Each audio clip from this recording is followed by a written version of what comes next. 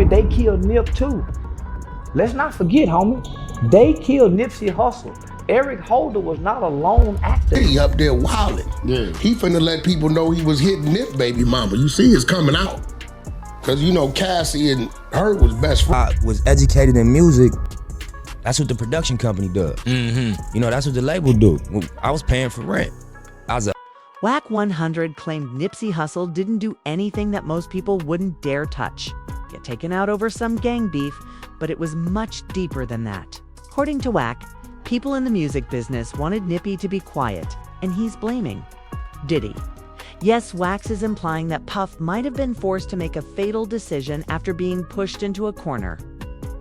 It isn't the first time Wax has stirred things up. So what is he saying about Nip? Diddy and the dark side of the business have been babbling about a video that he says he saw of Nip doing something obscene or very detrimental. He will never play the video, but if he even plays, the internet goes crazy. People are divided. Some believe Wax is only fabricating things to get attention, while others believe he is issuing coded warnings. People already suspect Diddy of playing this shady game. And let's not forget that Diddy and Nippy did collaborate. Platforms like Vlad TV, which never backed down from exposing dirt, claimed to have obtained a photo but decided not to post it out of respect for Nippy. Wax claims that this video was used to control Nippy while he was still alive. He's not talking about gang politics here. Rather, he's talking about high-level manipulation. As a result, people are now wondering what's real and what's all smoke. Whatever the true story is, one thing is certain. Wack 100 will be Wack 100. He may have been making a larger point here, which is that the entire game is rigged. There is a system in place behind the scenes, a network of gatekeepers in the industry pulling strings to protect certain people and shut down those who won't play along. When Wack brings up Diddy, he doesn't explain it explicitly, but he gives enough clues to make you wonder if he's suggesting these so-called power players might be moving as part of something much larger than what we see. They're wildin'. Yeah. He finna let people know he was hitting Nip baby mama. You see it's coming out. Cause you know Cassie and her was best friends. Wax got that. Wax has that smooth speak. He just ever shares enough details to cause turmoil, never the entire tale. At times, it seems as though he is avoiding heat by turning his gaze away from movements. He seems to be sending coded messages and alerting those who are aware of the true situation, but ever since he began discussing Nippy once more, P have been attempting to piece together what is real, what is phony, and who is concealing what. We in here finishing up this Nipsey in stores February 16th. Yeah, Victory lap. Sound like a bad boy on. Some believe that Wack 100 may have unintentionally revealed the true nature of blackmail in the music industry. If you've been following Wack's lane, you know that he lives for controversy and is constantly on Clubhouse or appearing on podcasts, called dropping like it's a sport and keeping his name in the mix. He's gone back and forth with everyone from Amber Rose to Gunner, but when he starts talking about Nippy and Diddy, that's when people really start to pay attention. Some claim that he's just chasing clout, trying to keep his name buzzing by dragging legends into the tragedy. A few weeks ago, he made a bold statement that said, "We might hear from Diddy soon in court." According to Wack, Diddy might even acknowledge having a relationship with Nipsey. He went even farther and didn't hold back when he brought up rumors about Diddy and Lauren London as well. The timing was extremely sloppy. Wack brought up all of it at a time when Diddy was already embroiled in legal issues due to litigation, allegations, and shocking testimonies that made headlines. Continuously, Wax essentially suggests that Lauren may have participated in those notorious freak-off parties as well, claiming that the connection between Lauren and Diddy originated via Cassie, Diddy's ex-girlfriend, who is currently at the center of his legal problems. School, I'ma teach myself, made my first meal on my own, I don't need your help. All black,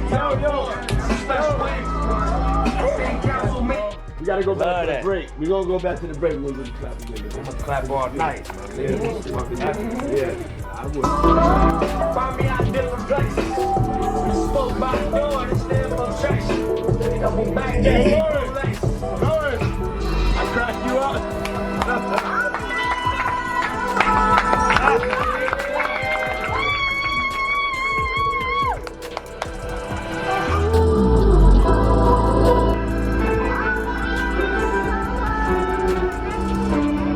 Wack further said that Lauren was the one who first brought Nippy to Diddy, which is a whole new twist.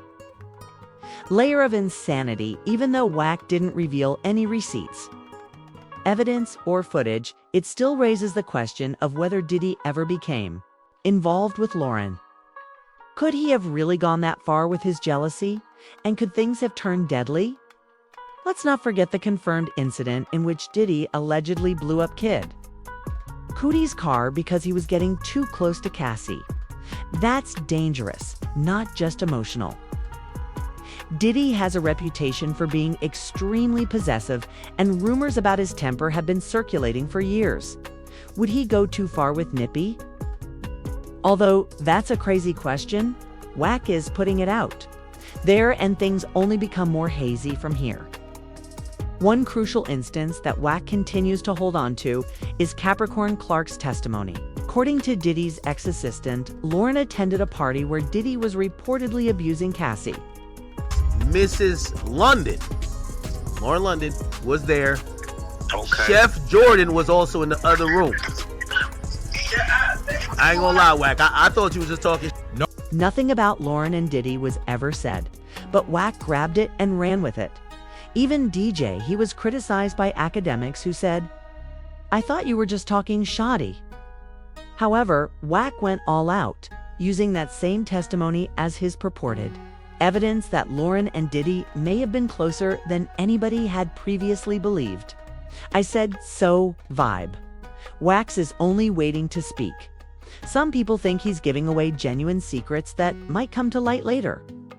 But others, he went too far, particularly by involving Lauren in the confusion and implying that Nip's passing might be related to Diddy.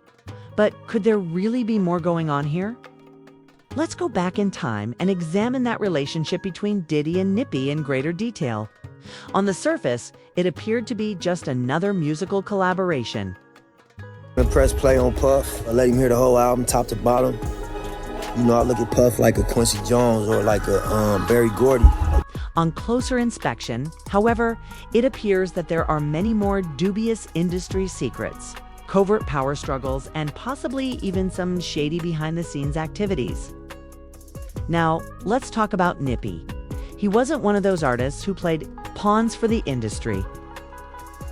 Rather, Nip was all about independence, ownership, and giving back to his people. He moved like a real boss, and that kind of energy rocked the system. Nip was the kind of artist who told artists, own your masters. Core, invest in your E was a serious challenge to the gatekeepers in power because of that message alone. In addition to rapping, he was teaching people how to move strategically so they wouldn't be manipulated, which unnerved some really powerful individuals. Diddy has been a significant figure in the industry for many years and is recognized for having shaped the commercial side of hip-hop. But in recent years, his prominence has been overshadowed by constant controversy. Okay? And there is much more to his relationship with Nippy than most people realize. It was always like premiere. And so, you know, I just was like, it'd be dope. Did he get a copy of Nipsey's last album, Victory Lap? This wasn't a casual collaboration or favor. Personally approached Diddy for assistance in advancing the project. He wasn't just looking for beats. He wanted genuine mentoring on both a musical and business level. Nip praised Diddy for his experience developing artists from the ground up and acknowledged that, at least on the surface, there was mutual respect between them. Following Nippy's untimely death, Diddy publicly supported Lauren London and even assisted with the funeral arrangements, which looked sincere but also raised eyebrows for some because, here's the thing, Nippy never wanted to play by the rules. He didn't let himself be controlled, and that independent mindset made him dangerous to those who need control to stay on top. And what I'm saying in my interviews, learn me, get in your Puff Daddy the producer bag and throw me some alley-oops. I'ma catch him. And that was like the original combo we had. Nippy was all about doing things his way, without the use of intermediaries or puppets. And that made him a major problem for anyone who profits off manipulation. Nippy wasn't just talking about change. He was out here living it, that kind of integrity. It hits different, and it might have rubbed some powerful people the wrong way, especially if Diddy and his circle really do have some behind scenes. Network built on secrets and control. So yeah, the relationship between Nip and Puff is way more complicated than it looks on the surface. On one hand, Diddy supported. Nip's vision helped with Victory Lap and was there during real emotional moments, but on the other hand, that same connection is now tangled up in everything wild being said about Diddy right now, the lawsuits, the dark parties. The whispers about manipulation and shady power moves, it's got people looking at their past. Collab in a whole new light, and this saga ain't wrapped yet. More people have started speaking up about Nippy's closeness to Diddy, one of them Gene Deal, the former head of security for Bad Boy. This man was deep in that world. He saw things behind the curtain most folks could only imagine. Now Gene saying straight up Nippy's death might not be as clean cut. As it seemed, he's not yelling conspiracy, but he definitely feels like Nip made a dangerous move by getting too close to Diddy. Wanted that same feel as life after death. That same feel was that Biggie got murdered. People are really asking questions about it, and here's a crazy twist. Nippy once stated that he desired his endeavor to possess the same vitality as Biggie's life after death. Things I love about Biggie catalog is, you know, it was always like a tag team energy on them records. And before I finished the album, I took it to Puff, and I was just like, Diddy took Gene's theory to literally. According to Gene Deal, Nippy informed Diddy straight out that he wanted the iconic aura Diddy helped create on Biggie's Life After Death record, as well as the Biggie sound for his project. Just say, and Biggie Smalls said it, you nobody till somebody kills you. And it was. Diddy really became engaged with Victory Lab, so it wasn't just chatter. You can even listen to his voice on the music. Most people thought that Young Nye's hyping up of Nippy was a clever, imaginative approach. Nippy wanted to honor greatness by incorporating that cinematic energy into his own music and respecting that classic East Coast flavor. However, Gene sees something deeper and more symbolic in Nippy's request for that Biggie sound. He believes that Nippy was aligning himself with a whole legacy album that has a dark cloud hanging over it. Like Life After Death, which was released immediately after Biggie was murdered. It became a legendary album, but also a symbol of tragic timing. So when Nippy started chasing that same vibe, people began to wonder if he had unintentionally stepped into a blueprint that has been plagued by pain. Even though it has been praised, when you truly think about it, some people can't help but notice the uncanny pattern. Nipsey was just motivated because he appreciated Diddy's taste for timeless music and wanted to channel that energy to power Victory Lap. It's nothing sleazy, it's just true hip-hop admiration. Diddy was there at some of the most significant events in Biggie and Nip's careers, which by itself raises eyebrows. When you add in all the rumors about extortion, secret parties, and industry-wide agendas, things start to seem much more dubious. Deal and others have said that Diddy reportedly retained receipts and video from outrageous private parties in addition to partying with his musicians. People in precarious situations are locked up to use as leverage, and the way things transpired with Cassie shows how much Diddy understands this game and how far he's willing to go to protect his image and power. However, Nippy wasn't built for that kind of system. He was independent, owned his masters, and remained fully committed to his message. That kind of realness makes you wonder if Nippy became a threat to the entire setup. Wack 100 subtly supported some of what Deal said. He didn't directly blame Diddy for Nip's death, but he did mention that Nip's record sales didn't really take off until a year after his death, which is cold. Now, some claim that the real smoke might be with Big U. Unlike the Diddy talk, this one has some actual evidence. In LA, Big U is a serious name. Some refer to him as a street legend, while others describe him as a brilliant businessman. However, he is certain that Big U is a full-fledged puppet master, if not worse. You know, it's just what it is. He's a fucking snake. I can say the same thing about you and the few people used to be here. You're gonna feel strongly about it because you went through what you went through, right? Large, he's the person in LA who is involved in gang politics and hip-hop circles. You're not just some random name. Names have actual weight. In the early days of Nipsey Hussle, Big U and Nip were close when Nip first signed his contract with Tet, with Epic Records. This wasn't just business, it was personal. Deep connections to the streets, a significant pull in the music industry, and a representative that forces people to either follow suit or stay far away. Big U was the one guiding him through the chaos. He used real street clout from the Rollins 60s Crips to protect Nip and help him move smart through Law's messy street politics and the industry maze. That bond opened a lot of doors. It gave Nip the backing he needed to make waves and survive in a game that chewed people up quick. But as Nip started bossing up and building his own lane, that alliance started cracking. Independence brought tension, and soon the streets were buzzing with rumors.